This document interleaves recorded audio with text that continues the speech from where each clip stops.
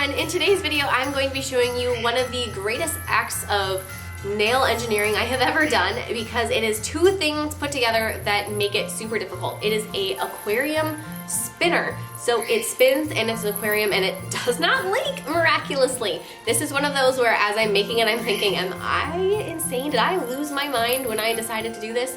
And it worked out and I'm so grateful. So I hope you guys like this one as much as I do. It is, like I said a moment ago, absolutely crazy. It's just so cool though. And the whole thing is very elegant. It's one of those ornament shaped nails, which were really trendy a couple years ago, but given a little bit of a upcycle. I hope you like it and don't forget to click subscribe to see all my future videos as well. Bye!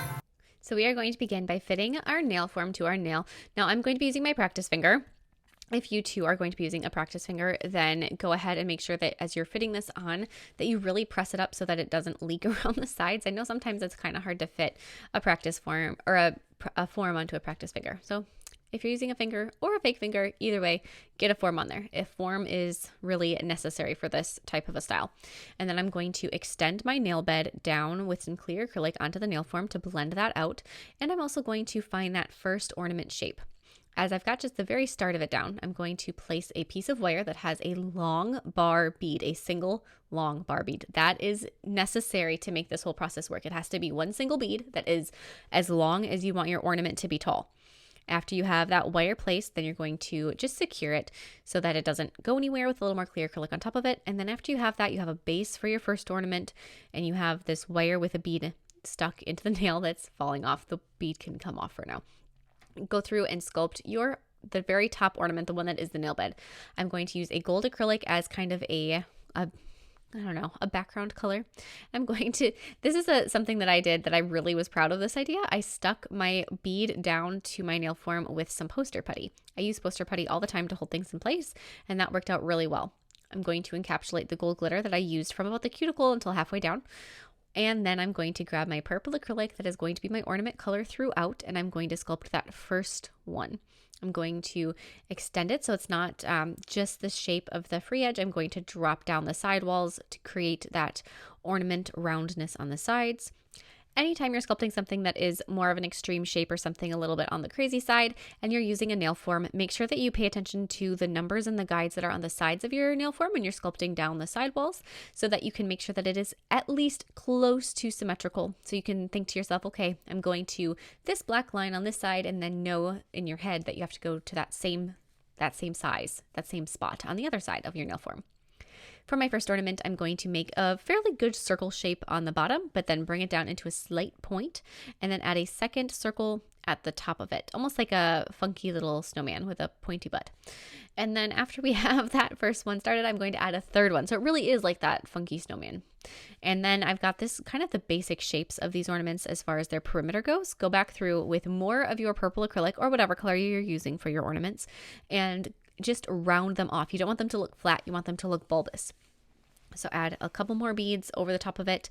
If making this shape with acrylic is not your best thing, if it's something that is just not easy, not fun, another way that you could do it is you could take some builder gel that has a nice self-leveling viscosity and apply a layer over the top of your ornament and then turn the nail upside down for each circular section and cure it with it upside down for a moment, and that will give you more of that nice rounded dome shape if sculpting it with acrylic is just not your favorite.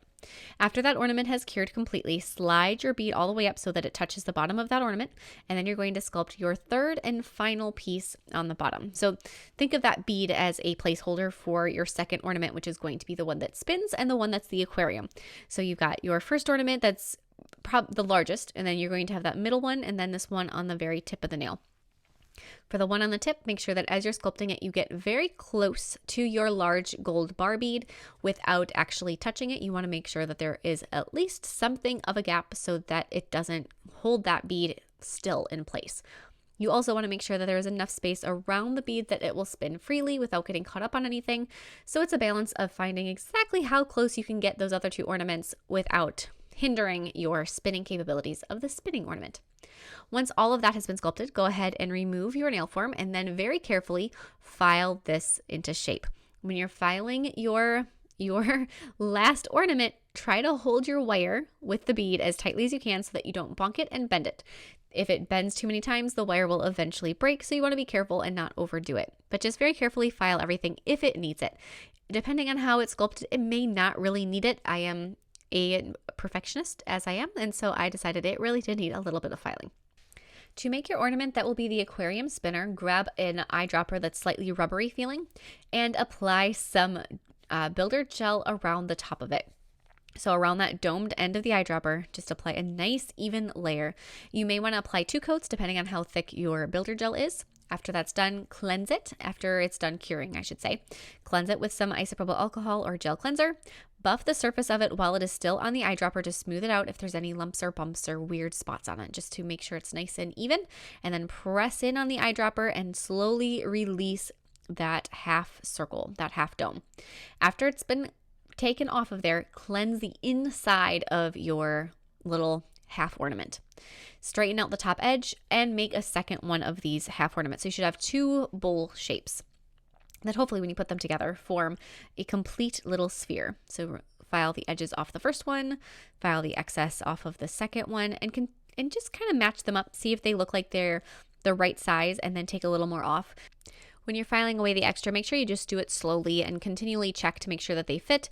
If they look like they don't quite fit, like mine don't, try to maybe switch off from using the e-file and do a hand file so it goes a little bit slower and you don't accidentally remove far too much. But just keep checking, keep checking. What you're looking for is that when you look at it from the side where the seam is, it looks like a circle going around. Once you're happy with that, grab a narrow bit in your e-file and carve little divots out of the north and south pole of both sides of your circle. So do the first one and then go through and do the second one. This is to make a space for the bead, that gold bar bead that's on the nail, to fit so that the circles just kind of hug that bar bead and that they go right in. And then last but not least, on one of the half circles, make a very small hole in the middle of it. Kind of can be off to the side, but just somewhere else on there.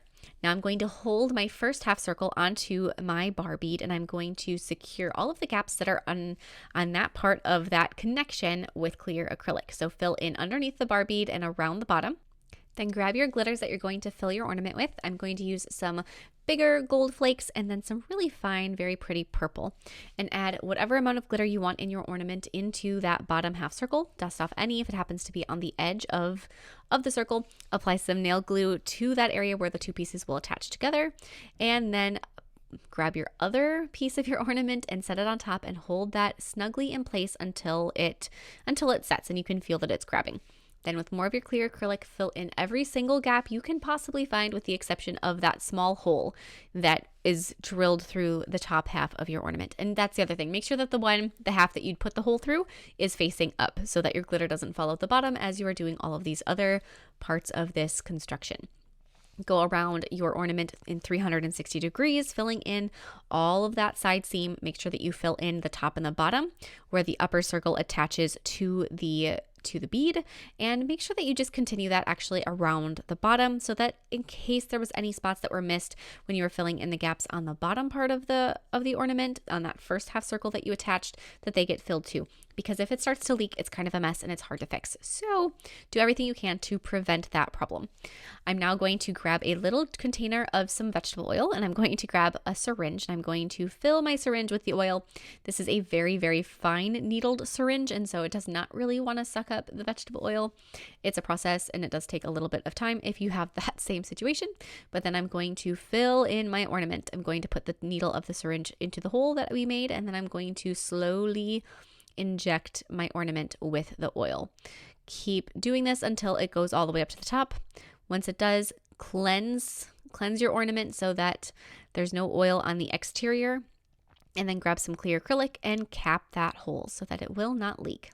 After that's done, make sure that there's no leaks anywhere on your ornament. If you do happen to find one, what you need to do is use some isopropyl alcohol, clean it very, very, very well, and then apply some more acrylic to seal in whatever leak that is. Apply some chrome base over the top of all of your 2 ornaments that are not the one that spins. So over the top one and over the ornament at the tip, using a little brush to carefully go over all of the different curves that those ornaments have.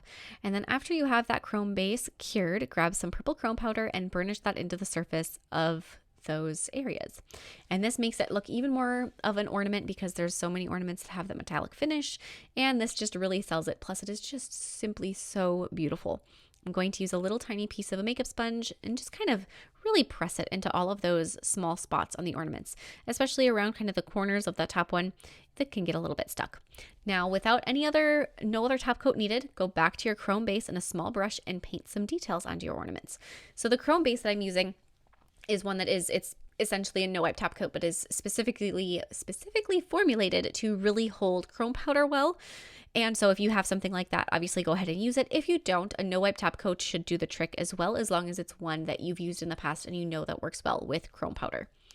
On my upper ornaments, I'm going to paint a couple stripes and then a zigzag line through the middle. It's very hard to see in the video exactly what design I am painting on my ornaments, but there's inspiration in so many different places for this type of a design, an ornament design. And so you can certainly Google some things, polka dots, stripes, swirls, whatever you like. Go ahead and paint onto your ornament with the rest of that chrome base.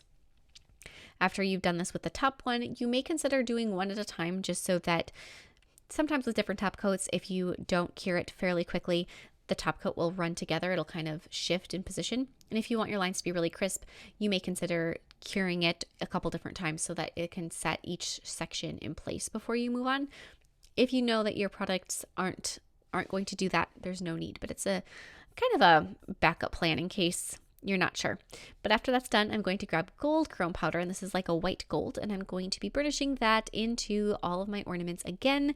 This will pick up on those details that were just painted, and it will not stick to the purple. So it'll give you a two-toned chrome, and it is so, so pretty. So I did that first with my upper ornament, and I'll do that, burnish that chrome powder into the bottom one, and then dust off any extra chrome powder that may be hanging around here or there. I'm going to use black gel paint to add the hanger of the ornament. After that's cured, apply some gel sealer over all of the ornaments.